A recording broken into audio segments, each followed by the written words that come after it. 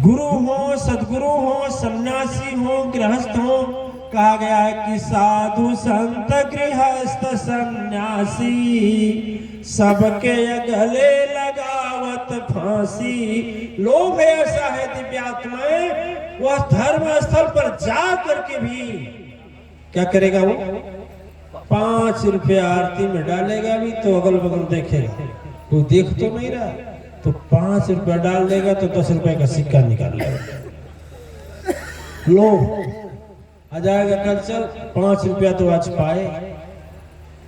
ऐसी मानसिकता, ये बुद्धि जो होती है ना, लोभी आदमी धर्म और सत्य में जल्दी खर्च नहीं करता।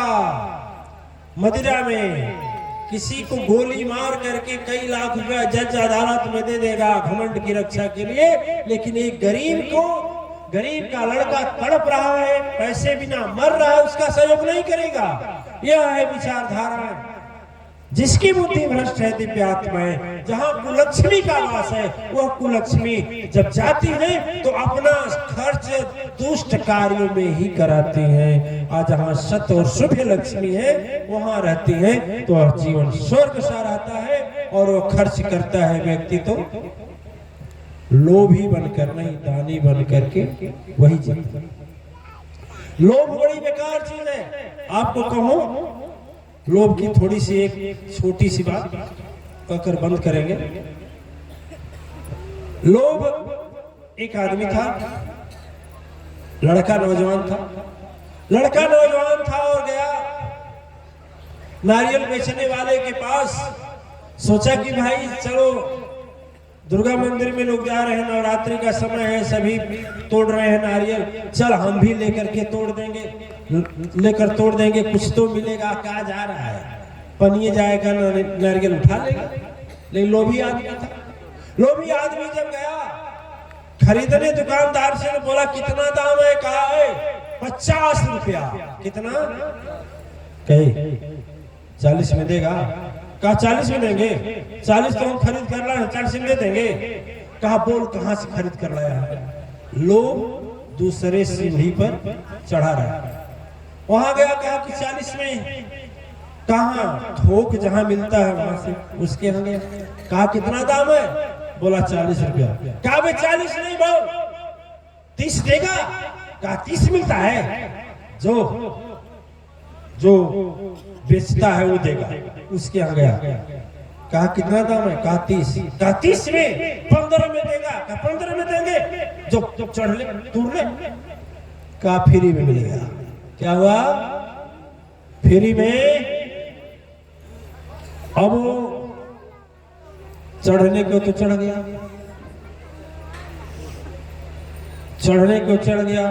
नारियल पकड़ कर लटक गया।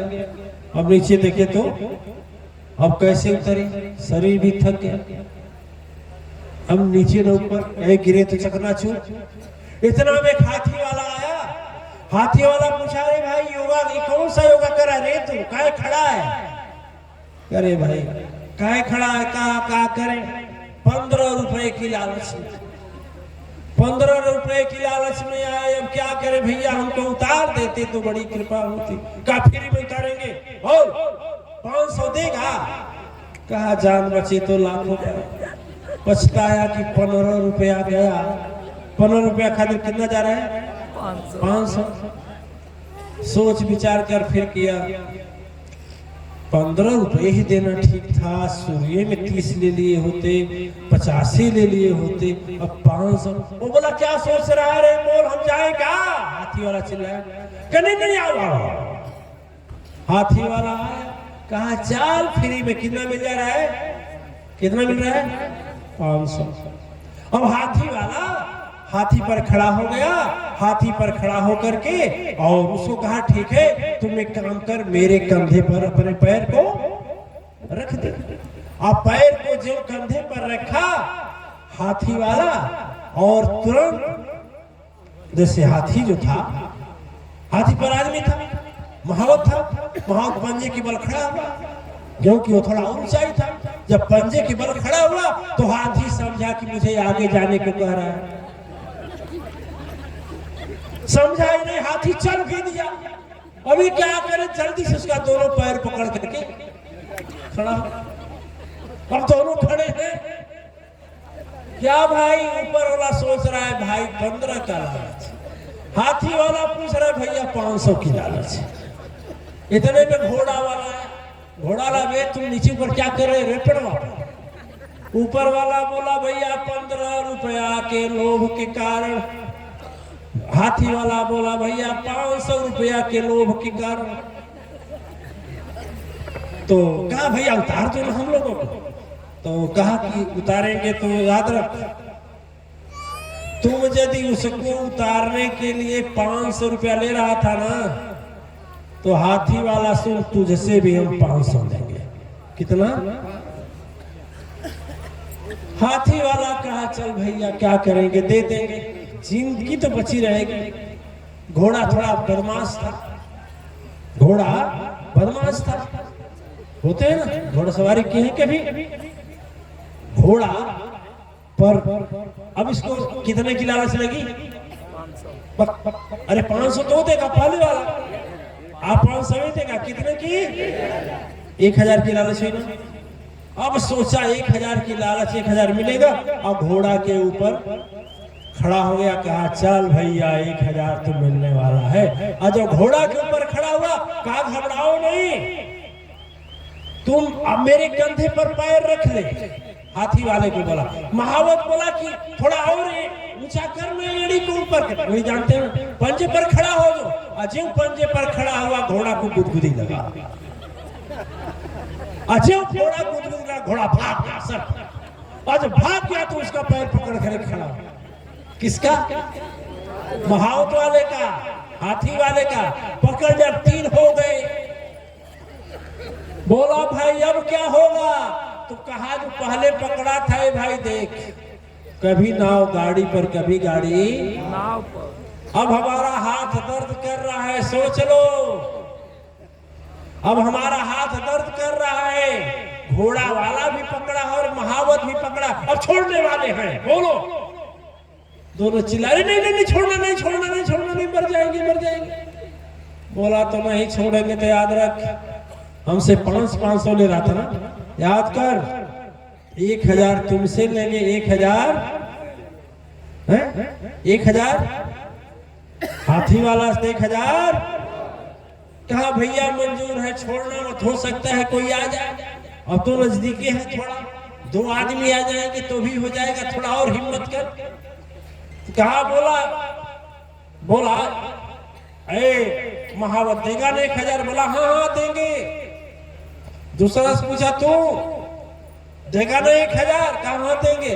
कहा चुप रे, 15 रुपया गया ना। अब मिला कितना?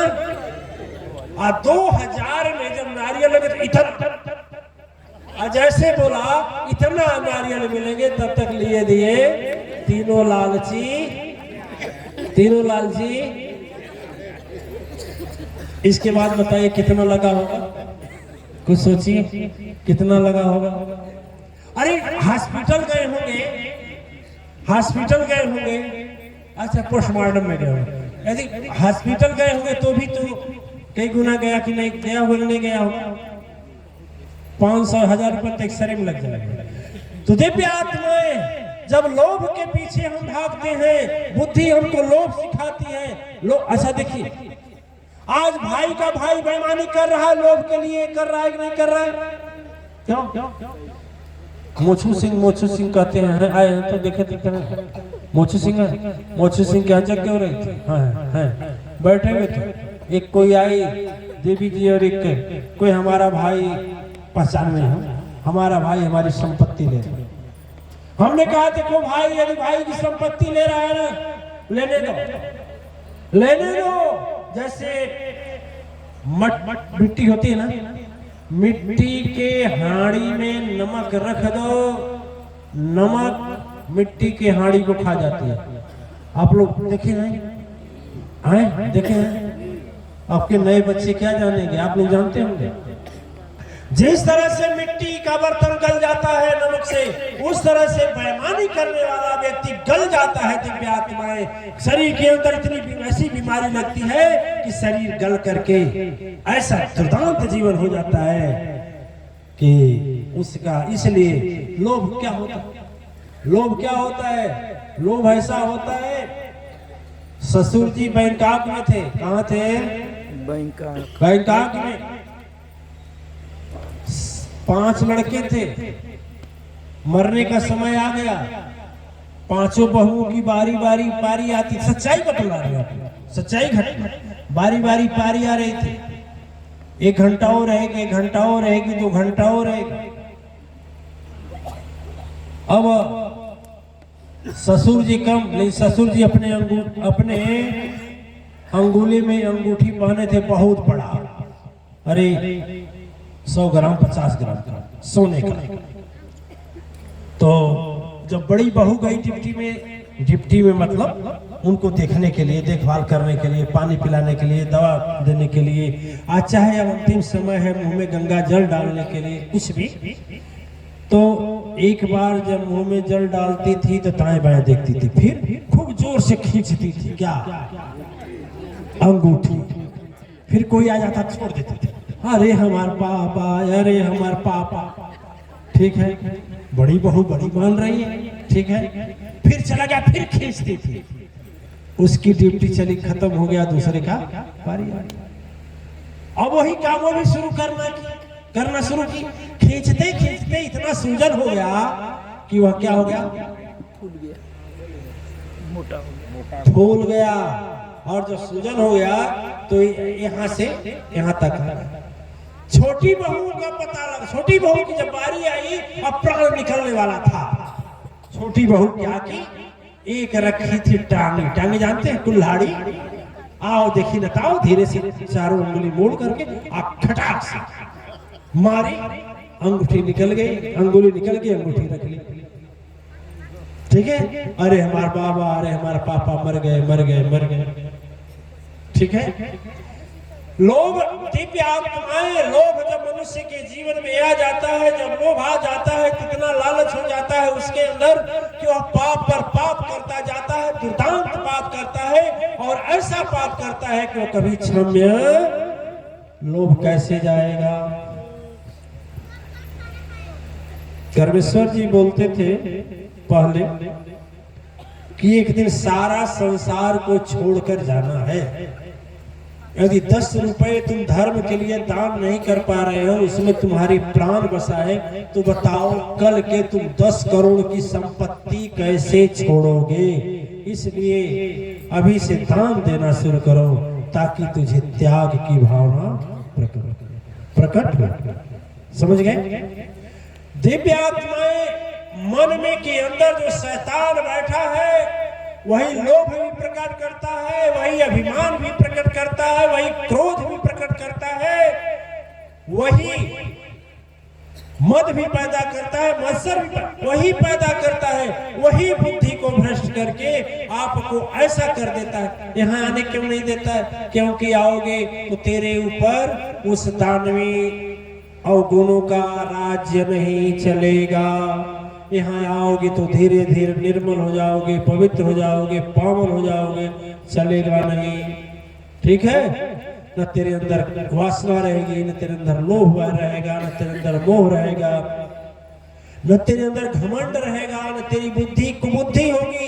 इसलिए वह अच्छा आप लोग देखते हैं, जब हम यहाँ बैठते हैं तो सबसे पहले बोलते हैं या देवी सर्वभूतेषु सद्गुरु दया रूपेण संसिता। जब सद्गुरु की दया होती है, सद्गुरु की दया होती है जिस पर, वह कभी न विचलित होता है। जीवन के किसी क्षण में सुन लो, कहीं कभी ना रोता है। सोती है यदि भाग्य भी उसकी, क्षण में उसका जग जावे। पाप प्रवृत्ति जो तन का है, क्षण में वह विनाश हो जावे। दिव्य आत्माएं इसलिए कैसे जाएगी? इसीलिए हम आपको यह बात बता रहे हैं कि उसको जाने का रास्ता यही है कि बस सद्गुरु की दया में, सद्गुरु की दया में, और सद्गुरु ही भगवान सदगुरु के ही रूप में आकर के राह बताते हैं, साक्षात बताने नहीं आते हैं। ठीक है ना, बार बार मैं कहता हूँ, सदगुरु को मानुष जान के जो करता व्यवहार, वह नरयति अधम है कभी न उतरत पार। जाकी रही भावना जैसे, हरि मूर्ति देखहि तिन तैसी। बात वही है, ठीक है ना। दुर्योधन भगवान कृष्ण को यादव समझा तो क्या हुआ, विनाश हुआ ना। भगवान कृष्ण को गोपियां प्रेमी समझी तो रास रचा दिया। उनमें उनके अंदर कहीं लिपायमान लिप्त नहीं है, ठीक है। मैया को माखन मिश्री तो माखन मिश्री पर अपना लीला करने लगे।